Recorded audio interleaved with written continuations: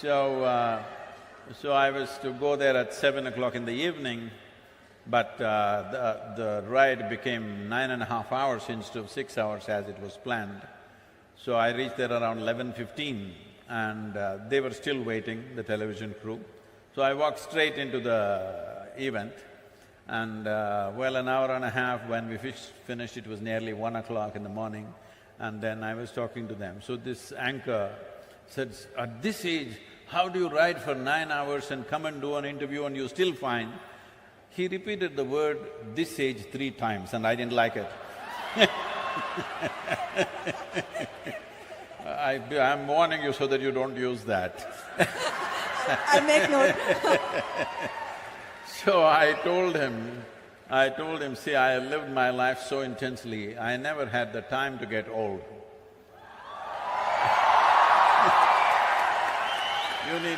You need lot of time to get old. Where is the time to get old? Can you please give me the secret as well? I will. I would like to stay this way for some time. We will reveal the secrets. So I see your amazing bike, and some would say a bike tour, an unusual way to create awareness. Why a bike tour, Sadhguru? Why a motorcycle? Well, see, the thing is, last 2.5 years particularly, I've been talking to various agricultural ministries, scientists, top scientists in the world, soil scientists I mean, and bureaucrats and variety of people who hold responsible positions in the world. And I discovered that everybody knows the problem, everybody generally knows the direction of the solution, then wondering, why is it not happening? Everybody knows the problem, everybody knows the solution. Then I realized they are waiting for an idiot to bell the cat, so here I am. So if I fly around and do it, it won't have that. So I have to walk. If I walk, I may die. Most probably, yes. Or if I cycle, definitely it'll kill me. So motorcycle could kill.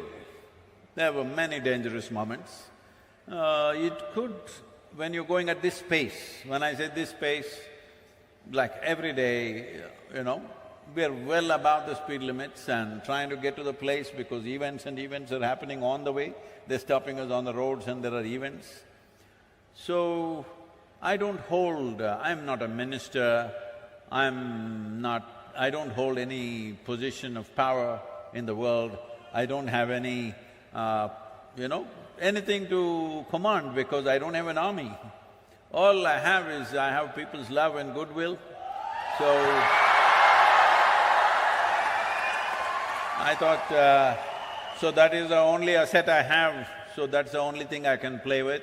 I've been talking about this for 30 years, and whenever I speak about it, people say, "This is great, this is fantastic," and then they will sleep on it. So, now we wanted to awaken something. I knew the simple way for me to do it is to put myself to some risk, and it's worked because 3 days ago our social media metrics without WhatsApp is reading at 2.8 billion people have spoken about soil.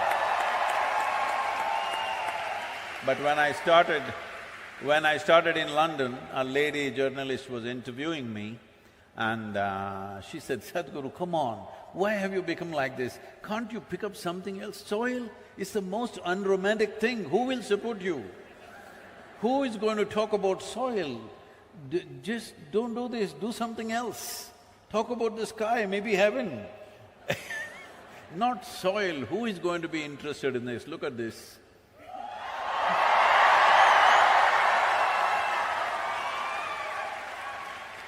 There is this constant question about river water being wasted to the ocean, Sadhguru. So, is there a way that we can save it? See, the river water must go to the ocean. On the way you can drink, you can irrigate your lands a little bit, you can use it, but river water must go to the ocean. This is a very wrong concept which a lot of states are unfortunately taking. If the river water does not go, enough river water, I would say in ideal conditions minimum 50% should go. But with our population pressure, where we have 4% of the world's land and 17.6% of population, world's population, with this pressure, you cannot expect 50% to flow. At least 25% of the river water must flow into the ocean. Why? India has 7,600 square kilometers of coastline. So along this coastline, there's an ecosystem which is semi-marine kind of ecosystem. It's a completely different ecosystem than the marine ecosystem and also different from the river water itself, because it's a meeting and mingling of these two different types of waters. If this buffer goes away, then marine ingress will happen. Marine water will start percolating into the soil and coming in.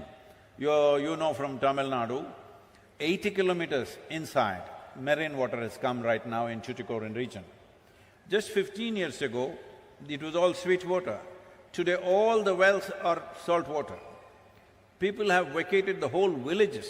You will see ghost villages, completely empty villages, all locked homes, and they've left because there is no sweet water anywhere. Up to 100 kilometers it can come.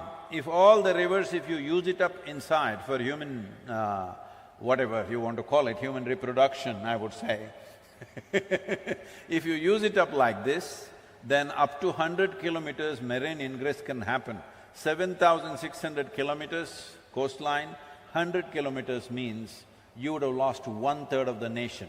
This is about the same size of land that you partitioned with Pakistan and Bangladesh at one time in 1948. That's how much land you will lose once again if rivers don't flow into the ocean.